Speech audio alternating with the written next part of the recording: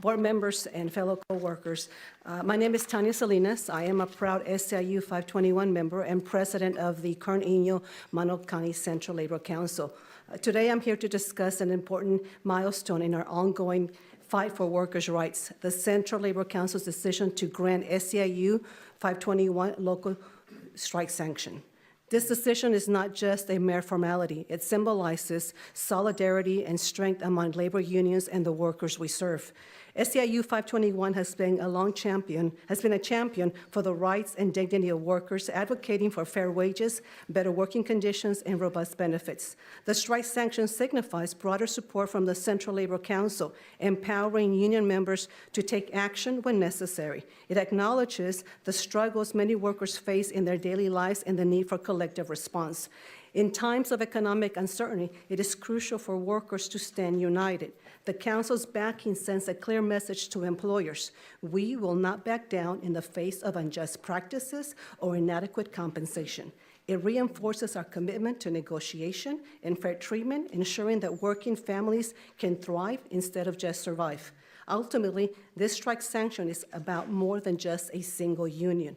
It represents a movement to uplift every worker's voice and rights, educating our communities about the combined failure of the county to deliver over $532 million in promised services over the last 3 years. That is unacceptable and is a detriment to the community it serves.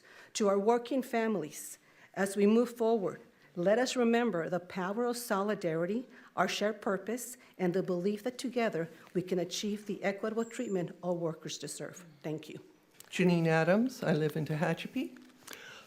This mid-year budget status report reveals $100 million in unspent funds. That is on top of $175 million that has already been set aside from revenues for reserves. Over the last 3 years, this pattern has led to over $530 million in underinvestment. That's over $500 million in broken promises, failing to deliver safer roads, addiction treatment, and mental health services due to hiring and retention failures. Let's be clear, the budget is not a limit on spending. It's a financial plan. It's a promise. It's a commitment to the Kern County taxpayers about how their dollars are being used. Yet this board continues to sit on funds instead of investing in critical public services. The board claims that restricted funds are unavailable for salaries. In reality, these funds could be used to recruit and retain essential workers if this board chose to prioritize it. And while coming in quote-unquote under budget might sound responsible, in this case, it means failing to invest in services the county itself has deemed necessary. This is not fiscal responsibility. It's breaking trust with public taxpayers. Kern County deserves better. This board must act now to invest in a workforce and services our community needs. We cannot afford more broken promises. Thank you. Hi, good morning. Good My morning. name is Cynthia Eaton. I am a senior child support specialist with the Department of Child Support. I am an SEIU 521 member and a constituent of District 2. Board, as you are aware, Kern County employees are prepared to strike on March 5th. So much has crossed my mind as to why I'm willing to support this strike. My support is for friends and coworkers who have worked hard to promote just to find themselves making the same wages they promoted from. My support is for the taxpayers whose money was taken for causes and the money was not used for those purposes. And what mostly weighs on my heart is the social workers. They are spread so thin, families become a number. The proper time and attention needed for these families is not given. What if the time and attention was given in the classic and sincere case? Would the outcome have been different? My heart is for the families who have lost loved ones due to the poor road conditions. My fight isn't because I don't like my job. My fight is about our community, adequate staff to impact adequate service, fair wages for the members of this community. I ask the board for a fair contract, and I ask the board to fix Kern now. Thank you. I'm wondering if any of these budgetary people could speak to the amount of money that the county is not gathering on property taxes for farmland. How much money is being left on the table from untaxed farmland? We're giving them a 90% tax break on their land that the state has not backfilled us on since 2009. I'd like to know how much that revenue is that we're not collecting. Sir, are you referring to the Williamson Act? Yes, I am. Okay, got it. So the way it works in here, you have a great question. It's exceptional. I'm very curious about it. But you essentially direct those questions to us, and then we'll guide staff to figure out how to answer that. I don't know that we have a Williamson Act answer right now. That's very complex, the way those taxes are structured on that property, based on the type of product that was there and how long it's been farmed. I understand that. Very complicated, so I may not And have you an answer right have, now. you have the director of the planning department right here in the chambers that could speak to the hundreds of millions of dollars that are being left on the table because of this special interest group. The same special interest group, one of many that is stopping us from doing oil and gas permitting, which we were doing for a short time. It was not the state that stopped us. The state didn't sue us. It was these local groups. It was these special interest groups, the environmentalists and the farmers that are stopping us from permitting oil and gas, not the state, to correct the record. It's both. The state didn't sue us. The state will not let our EIR out of hostage. So yes, they are actually. It's the courts. Okay, I understand that Because we were the courts are sued guided not by the by the state. legislation from the state of California. So it's complex, sir, but you ask a great question, and I want to get that answer back to you, and I will get it to you. It's a great question. It's part of the conversation. I don't have that answer in front of me now, but we So will I'd get it like- to you, Mr. Hall. So I would like to know if any of the supervisors will be standing up to these special interest groups and try to collect some tax revenues to help pay for the services that all of the community uses instead of giving them these tax breaks. Thank you, Mr. Hall. It's a great question. Well, thank you. Supervisor Flores? I don't think the county of Kern, we don't have discretion on state Williamson Act law. So if that's the state law and a farmer wants to go on that contract, Lorelei can comment later as you do research, but I want to echo, it is the state. The CalJam is not issuing permits. It is the state. They're aggressive. I met with oil people yesterday, 2 independent producers. It is the state. We can have a difference of opinion, but they are relentless. The state mandates, just look at the mandates. Forget their local EIR permitting. Just look at the mandates. To phase out the engine, to phase out cars, to phase out local production. The trajectory that the state is on is a de facto ban. It is the state. Mr. Hall, you have a great question. We're going to get back with you on that answer. I think it's an excellent question. So I'll get back to you, and thank you for your creativity. I was going to reiterate exactly what you said about the problems we're having with money coming in. We have a lot that needs to go out, but a good portion of it is due to our supermajority liberals in Sacramento, and your vote counts. So the other Jess, thing we is, try not to do politics in here Oh, just because sorry. it's messy and emotional. Let's stick to the facts. It's more powerful. okay. Okay. So the other thing I was going to say is, as I've been a union member for a lot of years, they do collective bargaining, but we did it with contracts with companies. I don't believe collective bargaining belongs when you're tapping the taxpayer, because the taxpayer doesn't have a voice in what's being spent. They should be able to vote on those if it's a collective bargaining.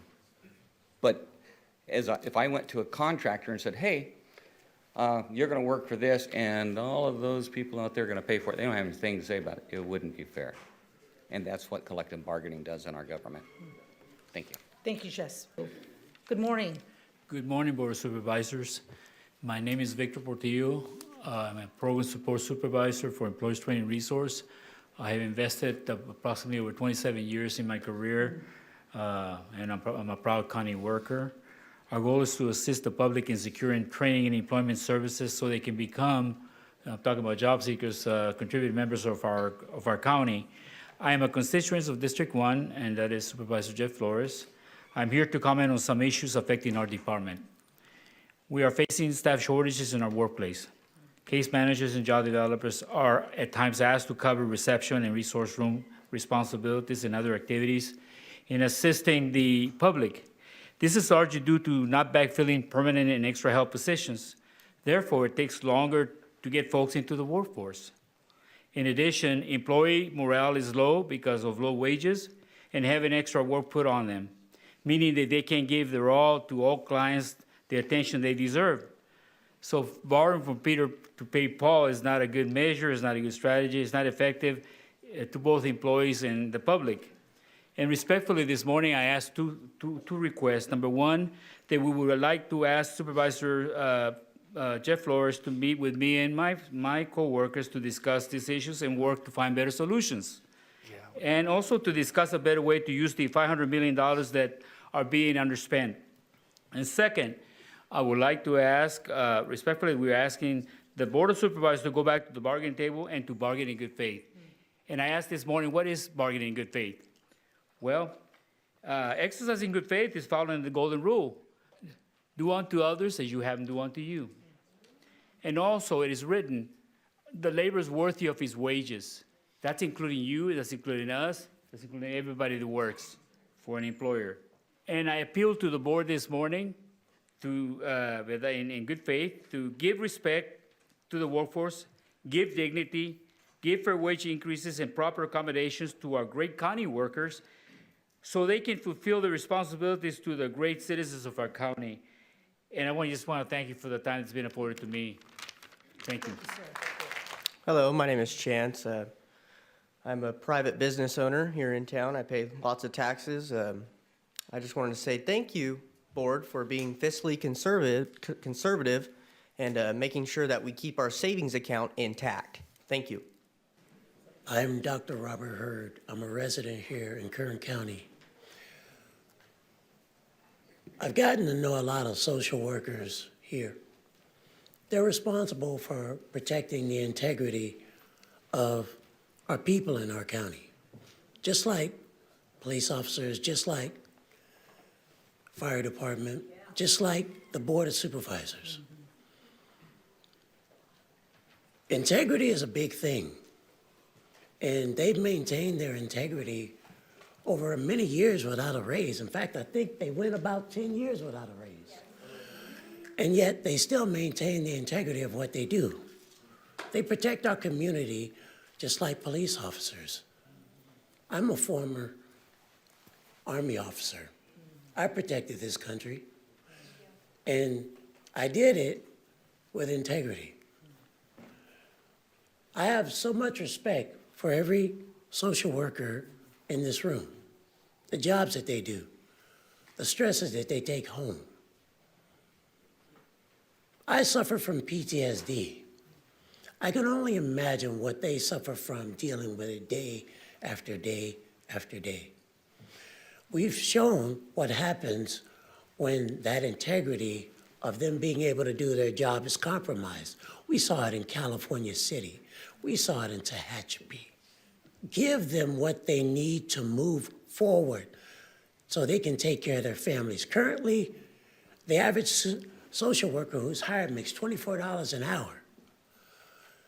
McDonald's pays $20 an hour. These are degreed people who have gone to school to take lesser amount of money to protect this community. All they're asking for is a little bit of respect. Good morning. My name is Daisy Graven. I'm a substance use disorder specialist with Kern County's Department of Behavioral Health and Recovery Services. I live in Supervisor Flores' district. I'm a taxpayer, a voter, and a proud SEIU 521 member. Kern County is in a mental health crisis, and we're failing people who need us most. Suicide deaths here are 30% higher than the state average. That's unacceptable. As frontline workers, we know that when people reach out for help, timing is everything. But because we're short-staffed, we miss a lot of those critical moments. People fall through the cracks and lives are lost. In 2023, this board reported they failed to deliver $164 million in mental health fund programs they promised to use.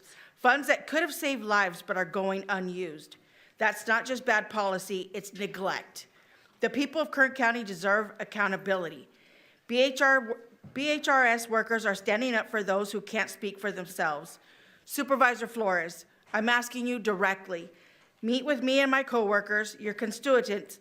We don't want to strike, we want to serve our community. But if this board continues to shortchange taxpayers and ignore this crisis, we will. Invest in mental health, invest in Kern County before it's too late. I've been a behavioral health nurse for over 20 years. I live in Supervisor Parlier's district. I'm a taxpayer, a voter, and a proud SEIU 521 member. I'm here because Kern County is failing its most vulnerable citizens, our mental health patients, and those struggling with substance use. We are dangerously short-staffed, losing experienced professionals to better paying jobs, and the opioid crisis is spiraling out of control. According to KGET Channel 17, opioid deaths in Kern County are 83% higher than the state average. Families are being torn apart, yet this board failed to deliver $164 million promised in reserve mental health dollars to mental health services according to your last report, and this year looks better. Where did that money go? Why are we still short-staffed when their lives are at stake? We need real leadership. We need investment in mental health care, not just talk. For this lack of leadership and the unlawful actions taken against my coworkers' collective bargaining, my coworkers and I are striking on March 5th. And if nothing changes, we won't stop there. Supervisor Parlier, I'm asking you directly to meet with me and my coworkers who are your constituents. Fix Kern, address this crisis, keep Kern County safe. Hello, my name is Thomas Brown, and I'm a voter in Jeff Flores' district. I've been a social service worker for the In-Home Supportive Services program at Aging and Adult Services for about 3.5 years. Our program provides assistance to those who have needs that might place them at risk for being placed in skilled nursing facilities. Our program assists with things like cooking and cleaning, but also personal care like bathing, dressing, and restroom use. Our department's biggest issue is attracting and retaining social workers due to our wages not being competitive. Due to the shortage of quality staff, applicants are waiting close to, if not more than 90 days to be seen and have their applications processed, meaning that these people are potentially going without care for 3 months. In addition to the applicants, our current recipients are not having their yearly reassessments completed in a timely fashion, some having gone without a reassessment for over 2 years. This means that as their conditions progress and their needs become greater, they are not receiving the care that they not only need, but deserve. This is not sustainable and is a disservice to your constituents, the citizens of Kern County. We need more staff, and you, the Board of Supervisors, can fix the problem. For the past 3 years, you have failed to deliver over $532 million of public services, including funds that could have been used to keep seniors and those with disabilities healthy and cared for. So my name is Hashim Boss. I'm a group counselor. I've been with the county for a little over a year. I live in Supervisor Flores' district. I'm a taxpayer, a voter, and a proud SEIU member. I work at Jameson's Children's Center, the only emergency shelter for abused and exploited children in Kern County. We provide, we provide food, education, and health care to kids in crisis. Yet this board is ignoring our staffing shortage, putting these children at even greater risk. We are a 24-hour shelter, but we don't have enough staff to properly care for the children we serve. We lose dedicated workers to better paying agencies, leaving us shorthanded, overworked, and unable to provide the stability these kids need. How can we protect vulnerable children when our facility is overlooked, underpaid, and underprioritized? Some of the workers I've seen come and go, and if we don't fix this crisis, more children will fall through the cracks. The people of Kern County deserve accountability. Supervisor Flores, I'm asking you directly to meet with me and my coworkers, your constituents. We don't want to strike. We want to serve our community. But if the board keeps shortchanging taxpayers and failing our kids, we will. Invest in the children who rely on us. Fix Kern County now. Hi, good morning. My name is Lydia Gonzalez. I am an employee of the Department of Human Services as a Human Services Technician. I stand here today with my fellow employees and my local union, SEIU 521. My job entails me to assist our local community when they are in need of cash, food, and insurance to sustain their families. They come and sit down with me applying for these benefits and are in despair, hopeless, hurt, damaged, and suffering. There are many tears shed by the community at my window at the Bakersfield office. It tears my heart daily not to provide them with more. What they don't know is that management policies limit our service to them. And on Wednesday, March 5th, we are left with no option to show the community, our clients, that we walk in unity to better their services. They will see us stand up to the Board of Supervisors in order to make our community a better place to live. It is your responsibility as the Board of Supervisors to ensure that we as employees have what we need, livable wages and realistic workload expectations. With livable wages and realistic workload expectations, we can dedicate more time to our clients that they deserve. I have personally invited you to visit our office to see what we handle on a daily basis. You have told us California is not providing the budget resources, but we elect you to do your job and to fight California on our behalf. We desire to continue to help our community in their time of need. These issues can no longer be ignored. We are losing experienced and caring employees because the County of Kern has undesirable living wages. Today I stand with my fellow coworkers urging the Board of Supervisors to fix Kern County staffing crisis by making us a better offer and negotiating in good faith. Lydia, thank you for your passion and your presentation.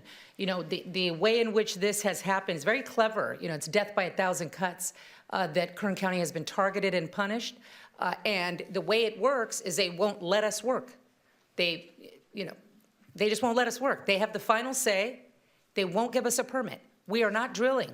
There are no new permits happening. They will only issue permits to shut down wells. No job creation and no tax revenue for the county.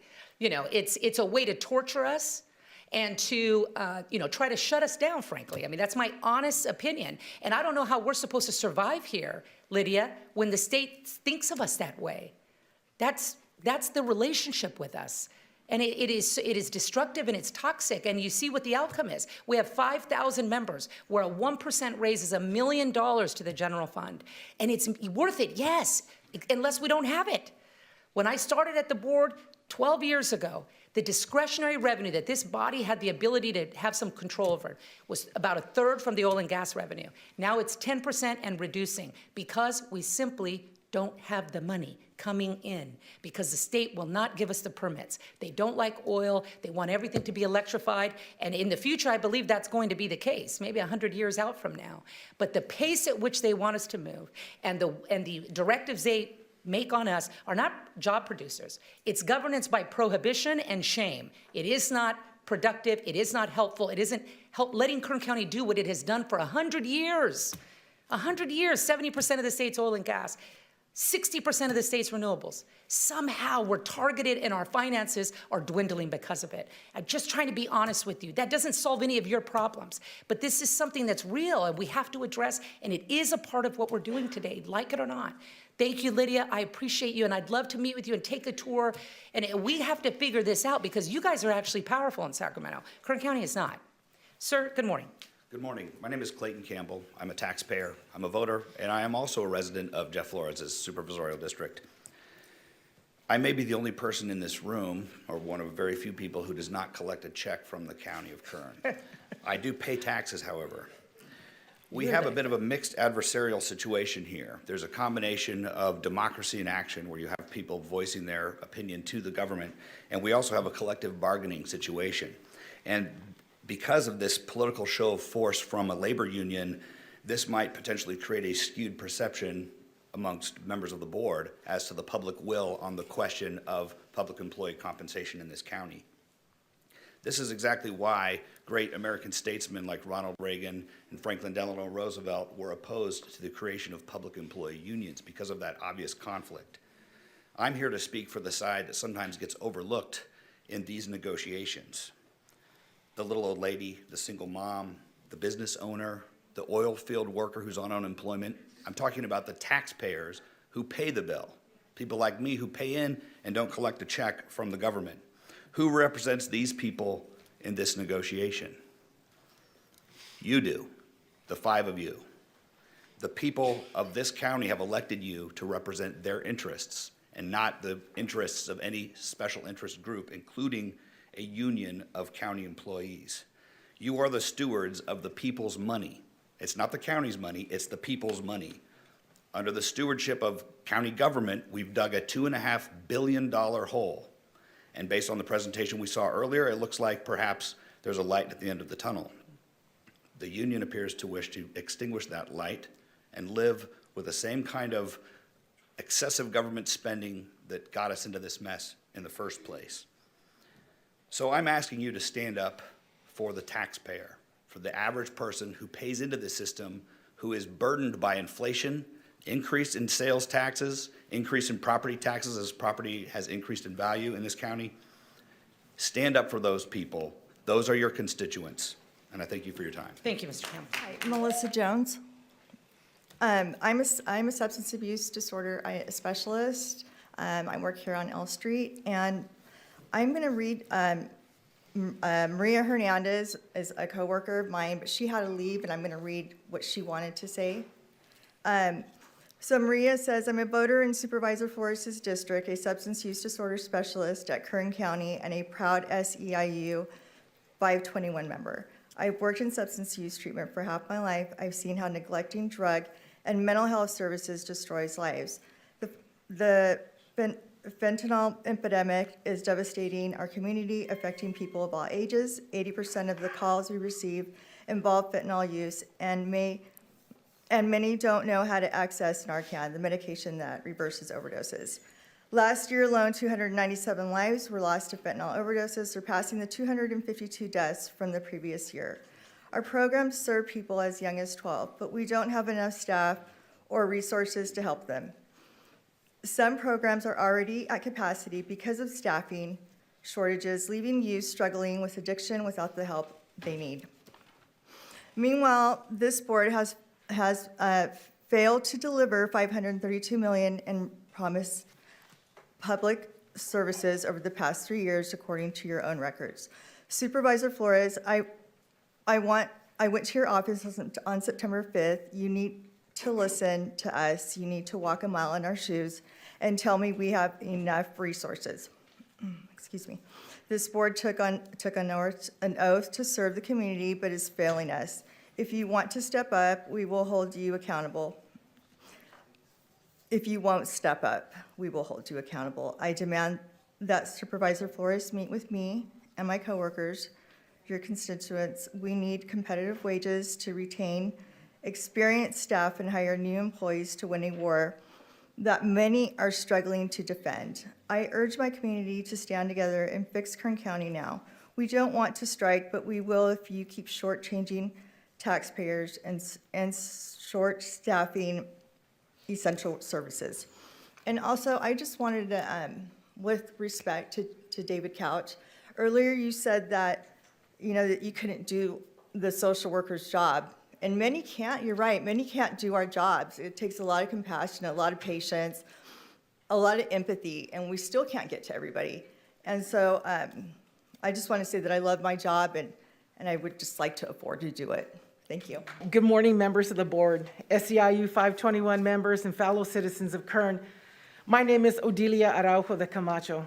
I'm a 26-year employee with the county working for Employers Training Resource, and I am a taxpayer.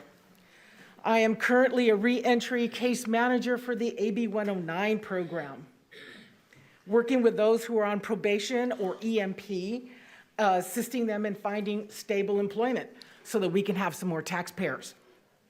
When I began working in the AB 109 program in 2020, the clients referred to us were in their late 20s to mid 40s with low-level records, mostly DUIs and drug offenses.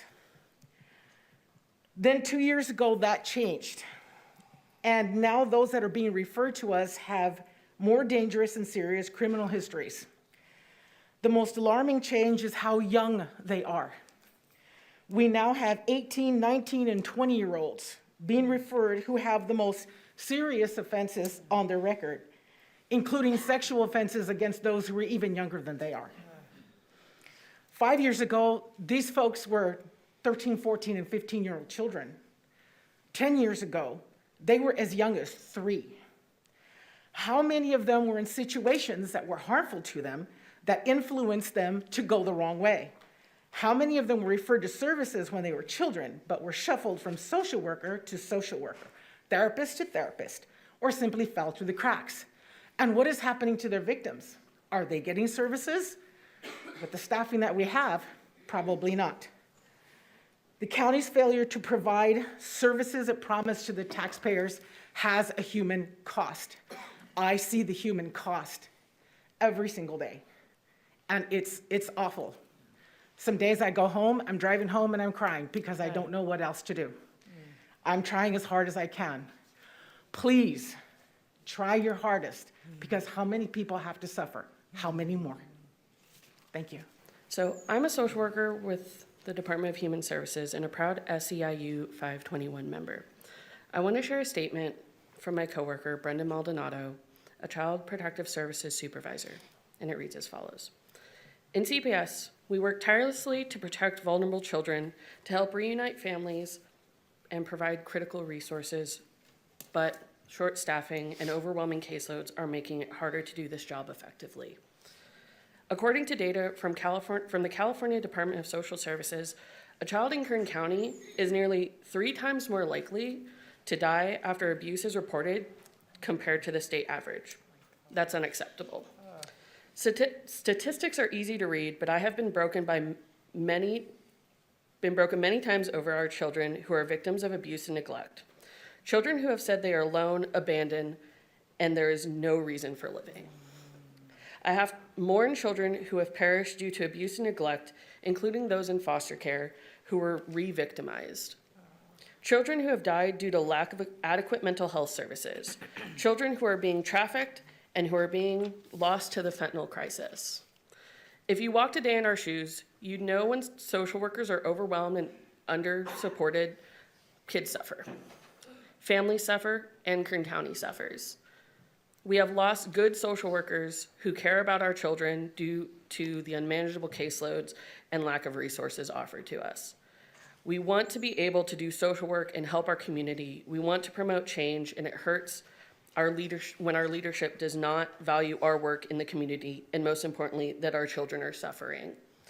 Kern County children and families deserve better. We need leadership that prioritizes child safety and family well-being and ensures taxpayer dollars are being spent where they're needed the most. I urge this board to fix the staffing crisis by making a fair offer and negotiating in good faith. It's time to do what's right for our community. If we don't stand up to injustice and advocate for our children in our community, then who will? Proclamations don't protect kids, investments in our community do. Hello, everyone. My name is Adeli, and I'm a social worker for CPS. I am not here to say why we need a raise, although I am for it. I am here to ask, why can't we come together and serve our community better? Again, why can't we come together and serve our community better? At the end of the day, we're all on the same team, working towards the best outcome for Kern County. As dedicated public servants, we share a common goal to strengthen our community, support those in need, and ensure that the vital services are delivered effectively. By coming together, we can build a stronger, more resilient Kern County. Let's come together to make an impact, a lasting impact, for the people we serve.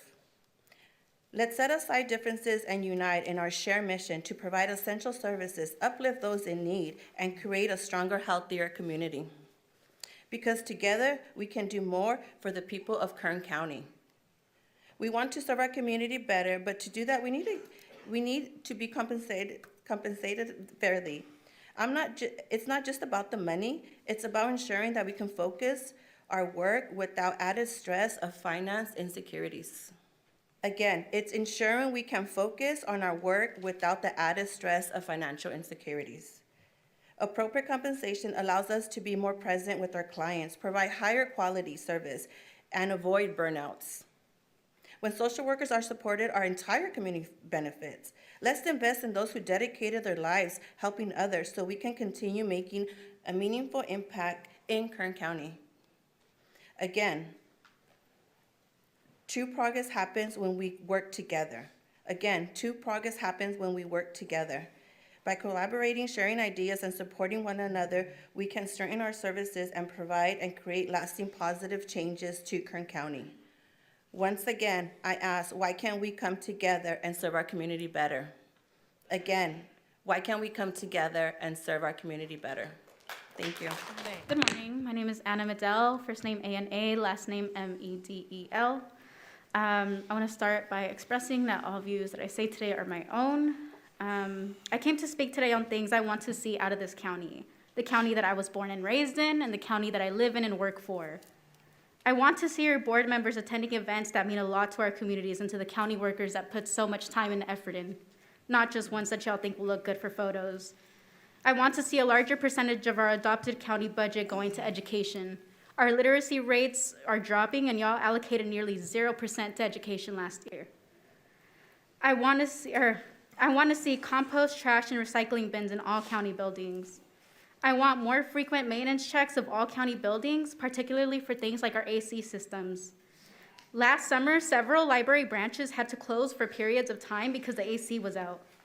I want warming and cooling centers available in parts of the county where we see large populations of individuals experiencing homelessness.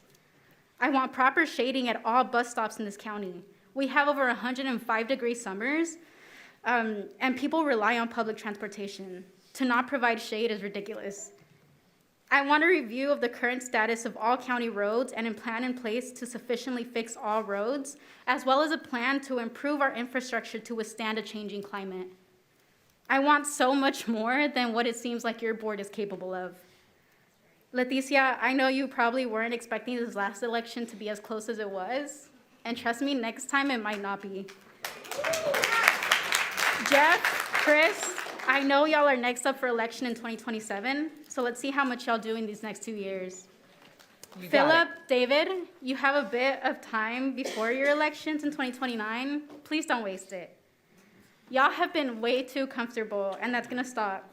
Do better, and if you can't, then maybe y'all need to stop taking pay raises while you deny your county workers any adequate ones. Thank you. I just think it's important to say for the record, in 13 years on this board, I've never given myself a pay raise, just for the record. Ma'am, you're, okay. We're about to shut down the meeting, guys. Is that what you want? You're disrespectful, you're not civil. This is like not okay. This is not how you get things in life, period. I'm just so confused by your behavior. I've worked with the County of Kern for 18 years, and I'm a member of SEIU 521 in District 2 with Chris Parlier. I stand before you not as a social worker, but as a human being who is struggling under the weight of a system that is breaking us.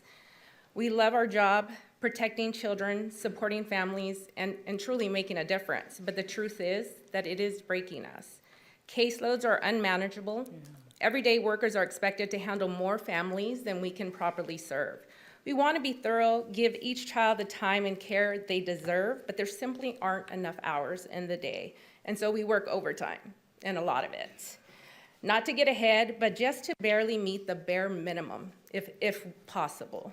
But no matter how much we give, it's never enough. As soon as we hire someone, we lose another. Why? Because the responsibility is overwhelming. The job demands everything from us, our time, our energy, and our sanity. And for what? To always feel like we're falling short. We're taking away time from our families, our marriages, our friendships. We miss birthdays, bedtime stories, school functions, and the simple joy of sitting down to dinner with our loved ones because we're always working. And when we are physically home, we're not because the stress follows us. The children and families we serve deserve better, but right now we're drowning. And when we drown, they suffer too. We're forced to rush investigations, to make decisions without fully engaging, to check a box rather than to change a life. That's not why we became social workers. We need relief. We need manageable caseloads. We need the resources to do our jobs the way that they were meant to be done. If we don't fix this, we don't show how much we value our employees, we'll continue to lose good workers. And most importantly, the children and families of Kern County will pay the price. I hope on this day, the board and the county are not only putting on a show about how important social workers are valued, but you are genuine in those statements. I'm not asking, I'm pleading for action, for real tangible change, because we can't keep doing this. And because the people we serve, the most vulnerable in our community, deserve better. Thank you. Good morning. Hello, Good my name is afternoon. Jonah Tilton. I've been with the county for 11 years as a communications technician. I'm not a proud member of the union. It unfortunately was the only option presented to me. I feel like SEIU is great for health and human services and all these social workers who I think everything they're saying is valid. But for us and what I do, I maintain, or me and my coworkers maintain, the public safety communications dispatch, radio dispatch system. My job is vital to the public safety of Kern County, as we are responsible for maintaining the emergency dispatch system. I don't think I need to elaborate further as to how my job directly affects the safety of the residents of Kern County. We are a staff of 7 full-time employees and 1 extra help. As you may recall, in June of '23, the board voted to approve a $177 million upgrade to the county's public safety radio system. Not only have we been tasked with overseeing the new system installation, but also with the task of keeping our antiquated current system up and running for the residents of this county. I have requested that the specific classifications under our career field be added to the list of equity studies that need to be done with this contract. Our classifications are currently 30% to 50% underpaid as compared to the 7 outlying counties that are also in California. I have been told by the board that you will not talk to me about an equity study, and by the union that they pushed for it during negotiations and it was shut down by the county. I just want to know what I need to do to get on the list of classifications that need an equity study. We aren't asking for anything extra, just to be paid a fair and equitable wage to help with the retention and recruitment. Thank you for your time. Thank you, Jonah. Madam Chair, can I say something? Please. I would like to invite all the people, instead of chanting a slogan, to actually come down and listen to a response to the concerns that they had. But they're just going to keep shouting and chanting because it's not really a conversation, it's propaganda. Thank you. Okay, so you were going to make a comment on a moment. Just wait a minute so we hear you properly. Because there was a lot of things said that I'd like answers to, too, that I appreciate you taking a position on and helping us. In reference to the $532 million that is being referenced in today in public comments, I just want to make sure for your board and the public understand where that came from, because I was able to decipher where that number came from. That number appears to be from our annual comprehensive financial report. And as I told you, that is a document that takes a snapshot. It's not a budgetary document. It doesn't account for certain things that happen in the budget. The document that they use, the financial reports that they use, are for fiscal year 2021, 2022, and 2023. We're talking over a year and a half old information. What they did is they took one line in one statement of our 300-page document to compile $532 million. And it is important to note that the results on the financial statements are not cumulative. Year after year, they change. Each financial statement covers a single fiscal year and provides a snapshot of government entity financial position, including the revenues, and which were not part of that summary. In that summary, what was also not included is a shortfall of revenue. So if you don't have revenue, you spend less. Also, there was not consideration for the transfer to other county programs that are not accounted within our general fund. Aging and Adult, Department of Human Services, In-Home Supported Services, Airport. What's also not accounted for is that we budget for capital projects. You have a capital project that is not completed in one fiscal year, so of course you're going to have unused budgetary resources. That means that you're going to use them the following fiscal year. In fact, if your board recalls, every July we come to your board and the public with what we call our carry forward, unused resources. We come back to the board and the public to make sure they're aware on how we're using those resources. So we came back in July of '23 to tell the board and the public how we were going to use those resources on the following fiscal year. I was here in front of your board again in July of 2024 if we had any unused resources, how we were going to use them on this current fiscal year. So the concept that we have all this money just sitting aside is not correct. I just want to clarify that for the record. Thank you very much.